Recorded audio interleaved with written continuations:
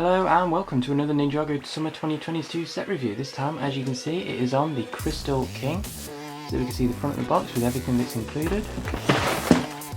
And then turning this around to the back, there we can see the back of the box with all the features of the set. So yeah, now let's get this thing built up and take a look. And so there is the Crystal King in all of his glory. Now, just a quick little size comparison with a set that does have a similar piece count. This is the Dawn of Iron Doom, the actual Iron Doom part of the set. You can see definitely how big the Crystal King is when you compare the two of them together. Now obviously the Iron Doom did also come with some extra things on the side, whereas this set is just the Crystal King.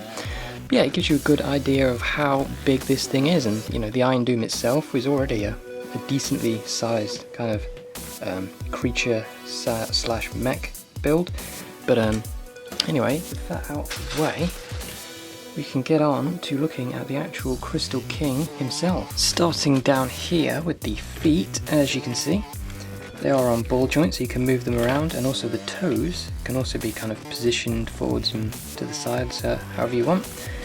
So yeah, you can move these feet around just by these ball joints. There's a lot of range of articulation there.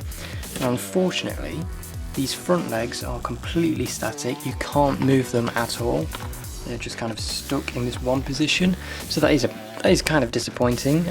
They used the new kind of arm piece that was introduced with the corsets, which is just fixed in place. So I'm a little bit disappointed with that. It would have been nice to actually get some articulation from these front feet and legs there. But you can see they've got some cool kind of builds around them to kind of bulk them up. So it's not all bad.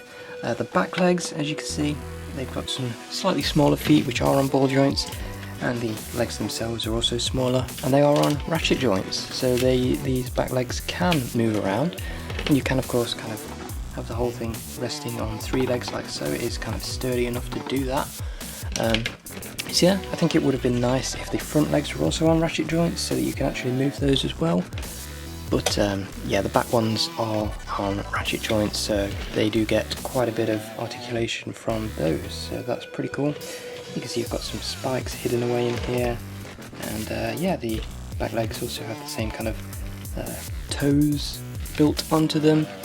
And we can see more of the crystals on this side. The legs are kind of just mirrored, they are the same build but mirrored, so yeah, they are identical. As we move we can see the back of the kind of Crystal King, and this whole back section is kind of sloped down a little bit, and that is also fixed in place. You can't change the angle of that. It does have this tail at the back here. It's got one of the new crystal sword pieces on there at the end of the tail.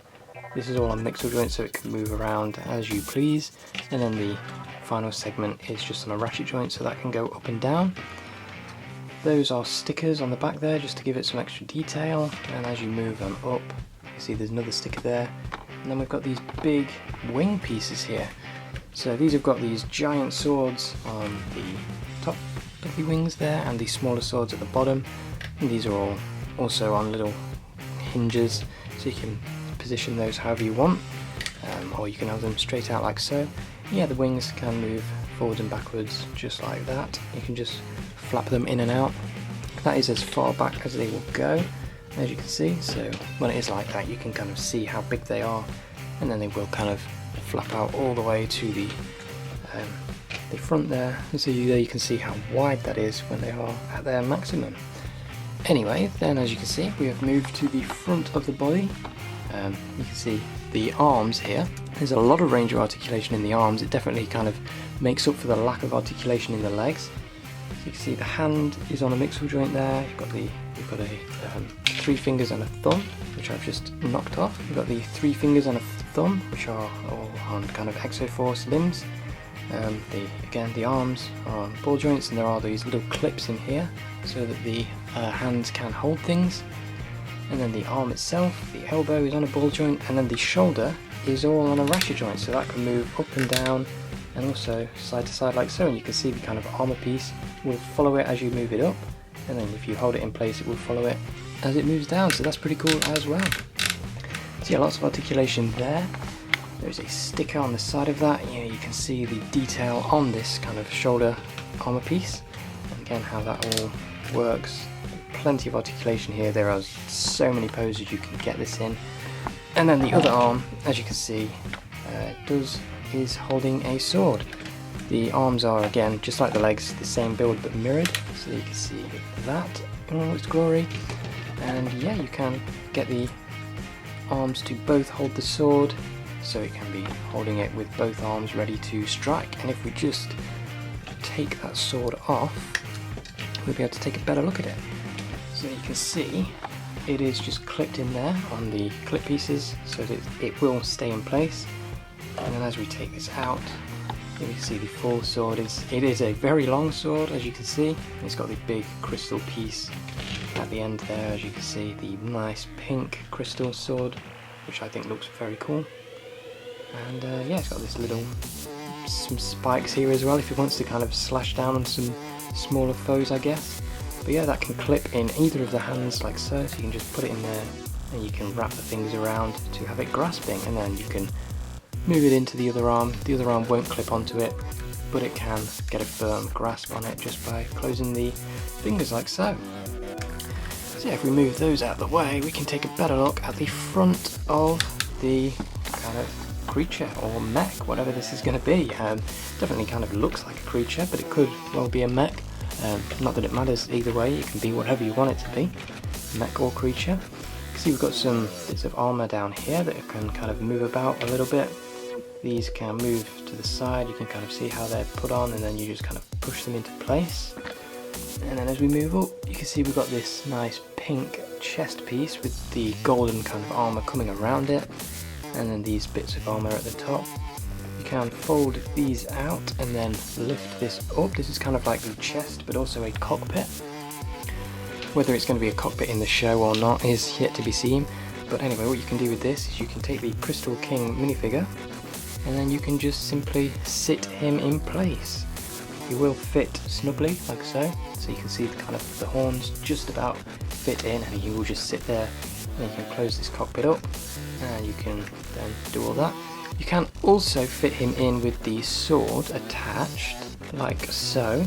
And then if you want, you can also throw this lightning bolt thing inside with him as well, so that you don't lose it. It will just sit there, and then you can close it up. And yeah, the Crystal King is ready to go on rampage in what is either his mech or his final form. Then finally, we move it up and we get to the head. This is a very nice build. As you can see, they've used some interesting techniques to get the face. You can kind of see they've used a sausage as an eyebrow, black sausage, and that the eyes are actually pink bull horns. So yeah, and that head is on a mixer joint, so that can move about. And then the kind of neck piece is just a ratchet, so you can move that backwards and forwards like so. But yeah, that is basically it for the Crystal King. You can see the top of the head there, and he just has these kind of pink sword pieces on the top to kind of give some extra detail, kind of resembles a little kind of samurai helmet. And yeah, it's a very cool looking head, definitely looks menacing.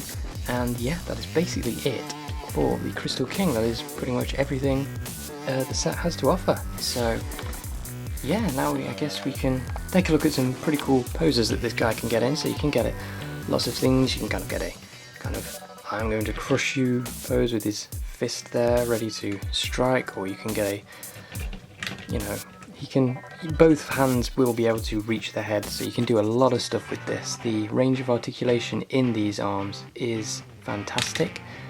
So yeah, there is a lot that you can do. It certainly makes up for the lack of leg articulation, though I do wish it did have some leg articulation. And it's also cool that both arms are able to grab onto this sword like so. So yeah, that's it for the Crystal King. Now we can take a look at the minifigure. And we're going to start off with Lloyd here. As you can see, this is one of the few exclusive minifigures in this set. So he's got the same kind of golden sword that he always has nowadays. Yeah, there you can see his torso and leg print, very similar to the ninja that were in the Crystal King Temple set. This is the only way to get this version of Lloyd. The other Lloyd that is in this wave is Oni Lloyd from the Big Dragon. So if you want Lloyd and you don't want to buy that dragon, then this is the set to get. Anyway, there we can see his face under the mask there. And then his second face there. He's got this golden armor piece, the sword in there. and then there is his back printing. So yeah, that is it for Lloyd. And next up we have got Harumi. Now the only exclusive thing about her is her new face print. The torso and legs are the same as all the other generals like Vangelis and Mr. F. But yeah, you can see she's also got these two pink katanas here, which look very, very cool. I really do like those. The kind of crystallized katanas. She has got the same hairpiece as the hunted version, only now that it is actually in solid plastic rather than a kind of rubbery, flexible material. So yeah, that's interesting. Here we can see her brand new face print there, slightly different to the hunted version. The eyes are now purple and the kind of red around her eyes is a little bit different. But then she's got that second face there, and there is her back printing. You can see she looks a little more crazy, and yeah, there is what that looks like with the hairpiece on. So yeah, that is it for the new Harumi, exclusive to the set, but the only exclusive part is her face print. And next up we've got a Vengestone Guard. So as you can see, it's got the one transparent pink arm and the transparent pink leg, which I love. That is, it gives a really nice kind of look to the minifigure. You can see kind of the pink crystals on the same side as the arm there coming out from the body, and then the kind of orange and yellowy bits on the rest of the figure for the kind of Vengestone. Yeah, if we just move the head to the side a little bit, there you can see the full torso print unobscured. It's got this very cool new crystal sword piece. And then there we can see the brand new head mold, which is very cool, and it is dual molded and hollow to kind of let the light shine through it. So you can, if you angle it right, you can kind of get the light going straight out of the eyes, and they can kind of glow there like so. And then as well with all these big pink crystal things going around the back. And yeah, then there we have got the back printing for the Vengestone Guard. So yeah, pretty cool minifigure, not exclusive, but it is nice that they are thrown throughout this wave to build a nice little arm. Next up we've got a Vengestone Warrior. So this is a similar minifigure to the other one, but the torso is different and it does have the new armor piece as well. The head and legs are exactly the same as the one that we've just seen. So yeah, just take that off and then we can see the torso a little bit better. And we can also take a look at the weapon. It's the same one as the other one, just now with the two blades on it instead of one. There we can see the two transparent pink arms, which is very cool, and the full pink torso there. And then we can see the back printing, and then if we take this crystallized armor piece off, there we can see it a little bit better. So yeah, that is it for the Vengestone Warrior. Definitely the better of the two Vengestone minifigures. The extra pink on this guy just really makes it pop, in my opinion.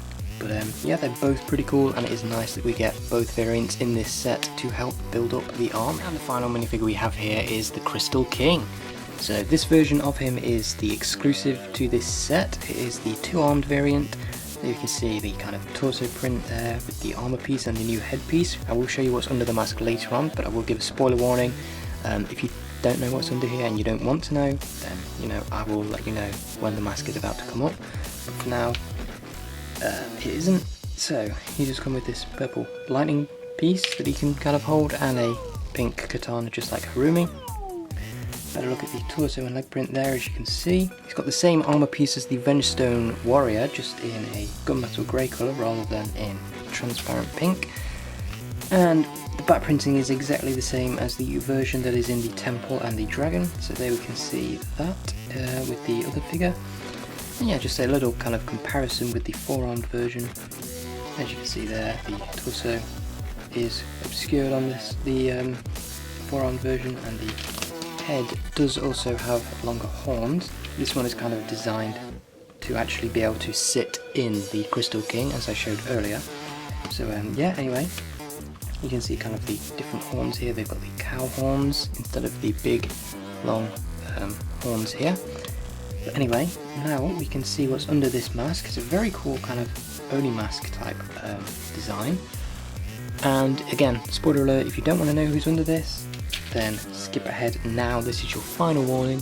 Anyway, you can lift the mask up just like an Oni mask, and then it reveals the Overlord underneath. The design is of course more similar to the rebooted Overlord face than it is to the Legacy version. But yeah, you can see that. And then there is the back of the head, and then this helmet piece is two pieces. Of course, you've got the main helmet at the back there, and then the kind of Oni mask thing at the front with the new kind of Oni mask design. Really do think this is gonna hopefully link the Overlord to Oni lore, because this is an incredible mask and it would be a shame to kind of just make it a head and not an actual Oni kind of mask.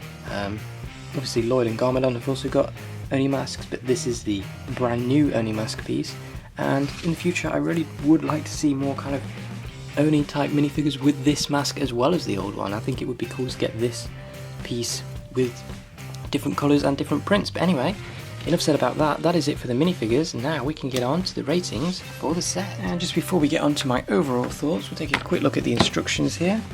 So there you can see the front of those with the new kind of artwork, and then there is the back. And if we get into this, as you can see, we've got one advertisement, and that is just for the new crystallized set there, and then the rest of the instructions are all dedicated to the build of the set.